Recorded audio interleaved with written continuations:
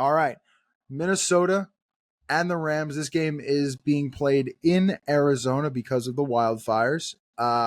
Minnesota is a 2.5 point favorite. Total is 47.5. So this was a rematch as well. Back in week 8, we saw Los Angeles beat the Vikings 30-20. It was also the last Vikings loss prior to facing the Lions on Sunday Night Football, which broke a 9-game win streak for Minnesota. The one trend that I feel like we keep having to discuss is Stafford not being able to hold a lead. So he is 0-5 second half ATS this season when leading at the half, and 2-15 second half ATS over the last 3 seasons in that spot. So if the Rams lead early, is there a door open for Minnesota? What is your feeling first on your best bets, and then we can talk about maybe some fun escalators. Yeah, so I think one thing too, I obviously have to mention at the top, the game's not in Los Angeles. It gets moved to Arizona because of the fires. Praying, thinking of everyone out there. Obviously, a football game comes in distant second to anything like that. What does that do for this game? Because as a Vikings fan or possible bettor, I'm worried that the Vikings come off an emotional letdown spot. They thought they might be home watching this week. They lose to Detroit, and now they got to go on the road. Whereas the Rams are an emotional up spot. I think you want to show up and show your fans like that they didn't miss out on this, that you can like get the team going, get the win. Like we've seen teams do that again, like the Hurricane Katrina thing before the Saints got their run to the Super Bowl. Like to me, the emotion up versus emotion down spot is a worry as a Vikings fan. The other thing that I have my eye on too, I'm not positive that I trust Minnesota's defense in this game. And that is the identity. That's what Brian Flores is there to do. But the defense started the year number 1 for about half of the year. They've been good, but not number 1 since then. More like top 10 second half of the season. And in particular, Vikings defense against top 12 offense by DVOA. 7 games, 26.5 points per game allowed. 29 or more in over half of those games. And I think that makes sense because Brian Flores blitzes a lot. About 40% of the time, Brian Flores brings the heat. The Rams this season were top 4 by DVOA and EPA per play against the blitz. Matthew Stafford shredded this blitzing team when he played them the first game. If you separate quarterbacks, 32 teams, top and bottom, separate them right in half by EPA plus CPOE, Vikings defense against the bottom 16 quarterbacks this season, 13.7 points a game allowed, 21 or less all but once. Against the top 16 quarterbacks, 26.5 points a game allowed, almost double, 22 or more all but once. Now look, quarterbacks being better make you score more points. Not exactly a novel concept here, but I think that pressure can make the defense look really, really good against bad quarterbacks. Frankly, this is the case I made against Denver and why I thought Denver's defense was fraudulent and couldn't hold up to Josh Allen, and they didn't hold up to Josh Allen. They could not get off the field in that game. So to me, that's the worry here is, can this Brian Flores defense hold up? I had a bunch of trends in the game, but they'll have to do with the road team or home team. And I don't really know if those trends count anymore now that there's like not officially a home team. A couple trends that still do pop here. We've talked about this a bunch. Debut quarterback versus an experienced quarterback. Now after the weekend, they went 1-1. Bo Nix takes the loss big. Jane Daniels gets the win on the road. But debut quarterbacks, 20, 38, and 1 ATS since 2002. So not a great spot there. Playoff teams coming off a loss of 17 or more. So a 3-score loss, 2-11 ATS since 2010. Average margin of defeat is 16 points a game, all but 2 of those by double digits. So that's the Vikings here. That is not a great look. Here's where I'm at.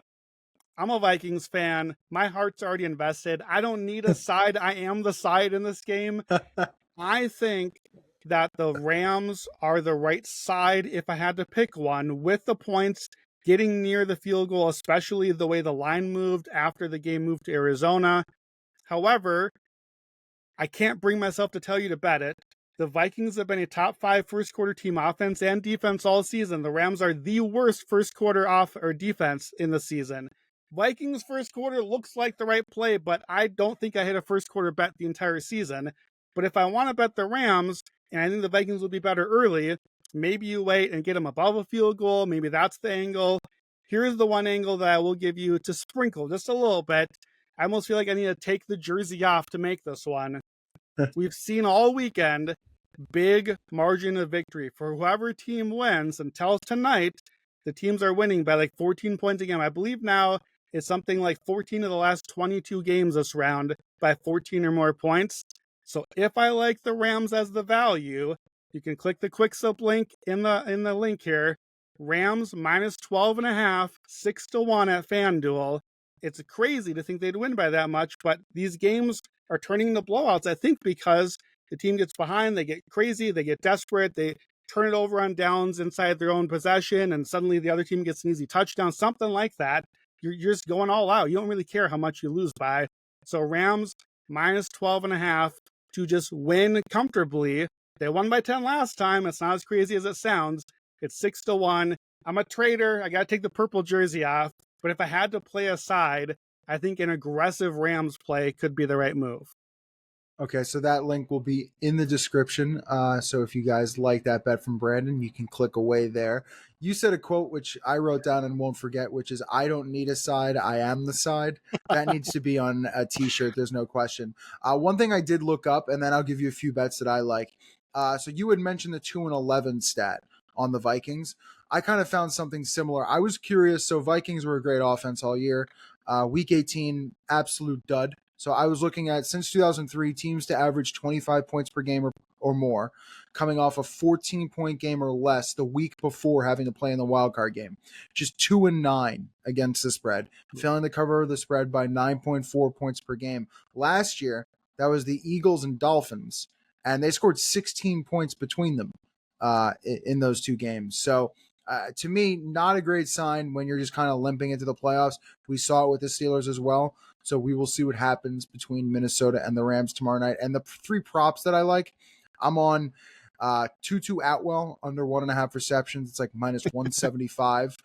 Week 18, Tutu saw pass snaps behind Demarcus Robinson and Tyler Johnson. Now that's a week where you're sitting Puka and Kupp, and you're supposed to be seeing people, and he is third in pass snaps. Now, week 17, he just saw 5 pass snaps. In week 16, 8. In week 15, 11. So he has been decreasing week to week. And to me, between Kupp, Puka, DeMarcus, and they're showing Whittingham as well, and you have Parkinson and Higbee, there's just lots of options there. The other prop I like, Minnesota's kicker, Reichard, over 1.5 field goals. Opponents are just 28 and 56 in the red zone against the Rams this year, 50%, which is tied for 5th worst. I think the Rams can stop Minnesota's offense, especially maybe a sack or two on Darnold, which will force some field goals. Reichard's got 2+ field goals in 4 straight, and last 2 primetime games, he's kicked 3 field goals.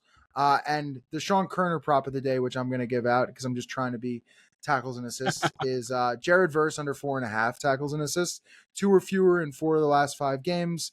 It's like, let me see what I had here. Oh, to me, the most likely outcome is 4. So to me, it's going to be a sweaty one, but he's averaging like 3.9 on the year, and he only has 5 or more in 5 of 17 games. So I think Fisk is going to get some sacks. He's going to get the attention, and they'll double team Verse. So that is what I have there. I hope for your sake that Tutu Atwell at least like plays a special team snap, like returns a kick or something, because like I would hate to see him be like a healthy scratch before the game. Like, you're so right that he's so far down the depth chart, he doesn't even get on the field somehow.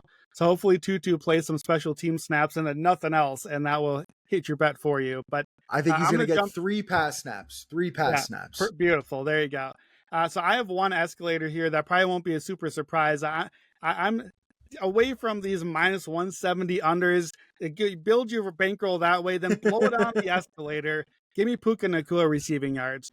Vikings allowed the most fantasy points to receivers this year. They were allowed the second most or top 2 most receptions and yards to receivers. Here are some lines against the Vikings this season by guys that are very similar to Puka Nacua stylistically. Deebo Samuel, 8 for 110. Stephon Diggs, 10 for 94. Garrett Wilson, 13 101. Amon-Ra, 13 for 101, 6 for 77. Keenan Allen, 9 for 86 and 6 for 82. And then Puka, 7 for 106. These are all dudes chewing up the middle of the field, an area that the Vikings are weaker at compared to the rest of their very good defense. Minnesota allowed 94 yards or more to 11 receivers this year. So here's the Puka stat. Puka's played 11 games this year, but really 9, because 2 games he left early, played under half the snaps.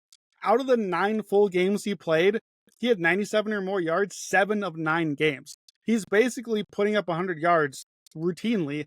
He had 117 yards almost half of his games. So I'm taking the Puka Escalator, not super all the way to the top, but I grabbed the over 88.5.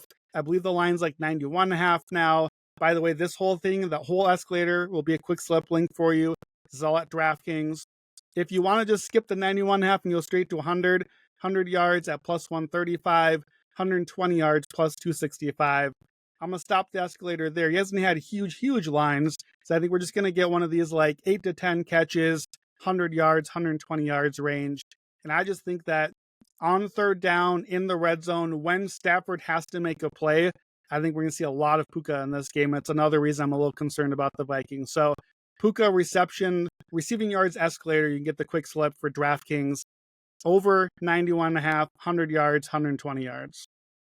And I didn't even look it up quick enough, but I hope Puka's actually done well in Arizona, because then he's used to the place and he's been there already. So he should know the stadium pretty well.